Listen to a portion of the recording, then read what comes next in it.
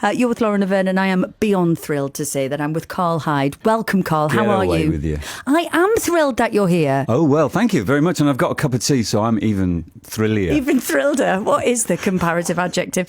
Welcome. Karl, now I'm going to ask you about Drift, but I need to start with the fact that you owe me an improvisational car poem. I do. You promised me you would make me one. No, I've got very short-term memory, but what I will. What happened? As soon as, well, it was the brain cell. It took holiday and it never came back. It's out there with Halley's Comet. Oh, yeah. Oh, I remember seeing that when I was 8. It should be due back any minute. Listen, so Karl, tell us a little bit about the improvisational car poetry for the benefit of listeners who, you know, for some reason don't immediately know what that phrase entails. This is something that you do just for fun, presumably? Oh, well, or lyrics. Mm-hmm. I've got a surrealist car, mm-hmm. and when I talk to it, it talks back to me, and I can send messages to people. And then I discovered this thing that if I just growl and grunt and make noises at it, it turns it into random poetry. You know, it's like that program that you used to do sort of speech to type recognition, and only now they're really, really good now, so they're no fun at all.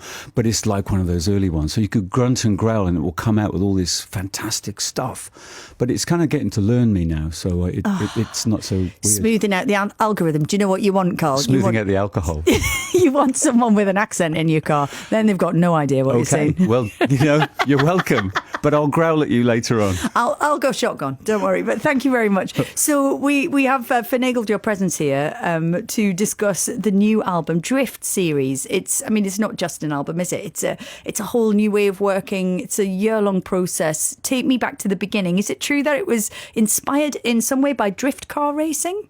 It was. The title was inspired by one of the guys that works in the team, is the lighting director who got into drift car racing. He's now become a very good drift car racer. What is drift car racing? You know, have you seen the Fast and the Furious? Yeah. That kind of slippy, slidey stuff. Oh, right. Okay. You know, yeah. It's kind of being out of control in a controlled kind of way.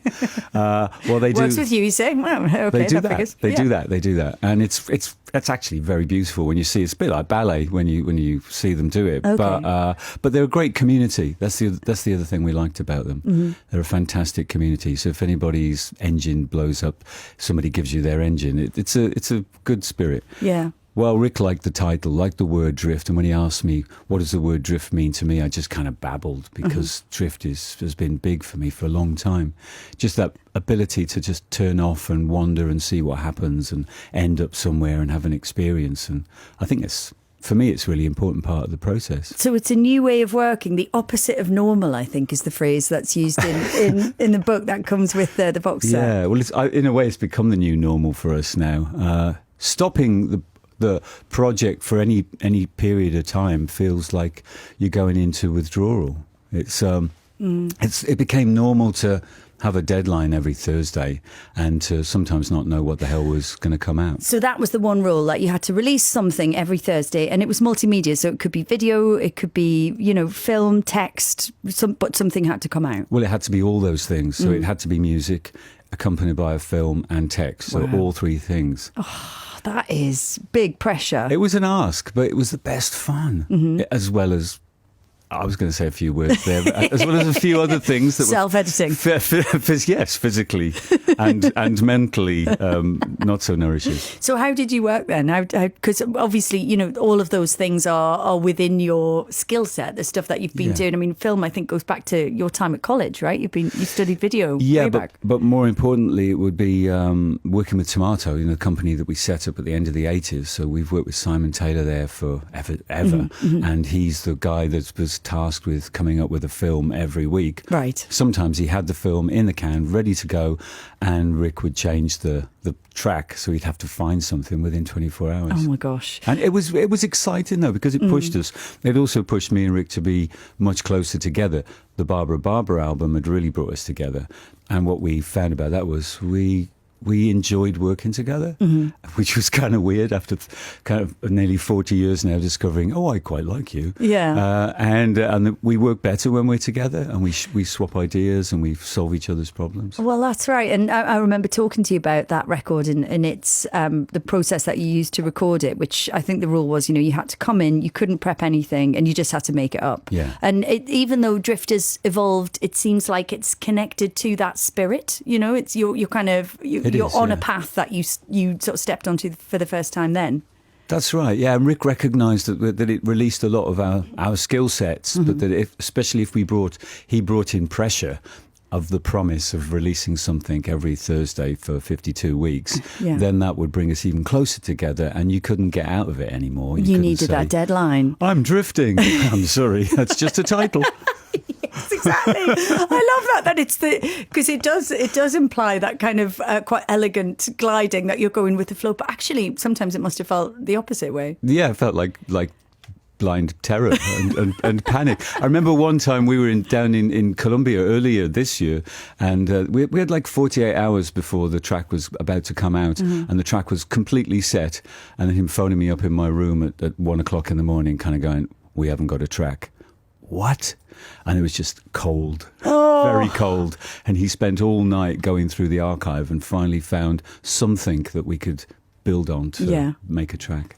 Karl, you're just talking about how much fun this has been. I mean, it is a different way of working, and I guess a different way of kind of living with the music that you're making. It's not quite like making an album, this, is it? No, it's like making your life, really. You know, it occurred to Rick that an album, a traditional album, wasn't the right container for what we do.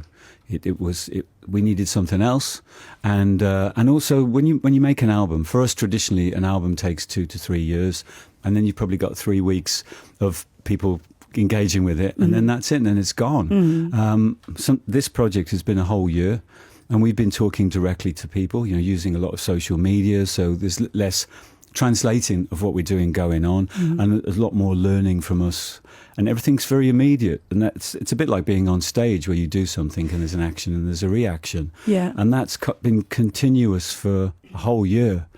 That's something we've never experienced before. And you've also sort of had to make it on the go. I mean, you travel obviously a lot as musicians do. So you've been everywhere, I think, from, you know, Japan to the Moroccan desert to rural Essex, and with all sorts of different collaborators. Yeah. Give us a flavour of kind of who, what and where you've involved. Oh, wow. Well, we've always had lists of people that we wanted to work with, and we've worked with, you know, with people like High Contrast quite a lot in the past, and different people have remixed us, but getting in the studio and actually working with people. And there's been this long list, getting people together at the same time. That's been the tricky one. But people like the Necks from Australia, who I worked with a long time ago when I was in Brian Eno's ensemble, and I met these amazing guys, and Rick I think he must have just got sick of me rabbiting on about them and said, fine. For goodness sake, let's get them in the studio. And they were incredible. You know, it's nothing for them to play for an entire hour.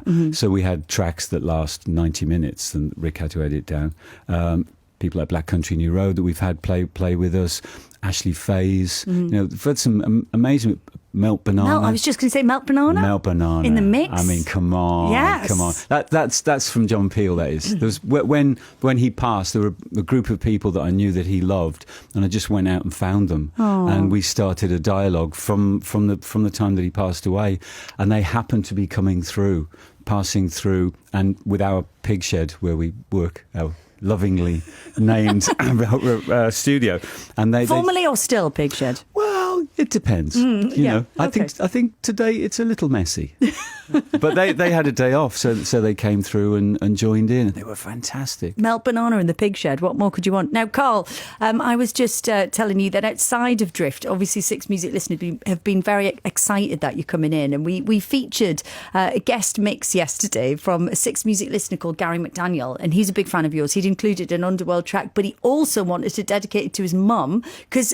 Born Slippy is her favourite song, and she's 67 today. Boy, so can you please wish Mary a happy birthday? Can you it would make her life. Mary, happy birthday. Yes, and he did it in a jock voice, incredible. Also, we had a Six Music listener who said that her family play a game of what is your best Born Slippy, and I read her message out.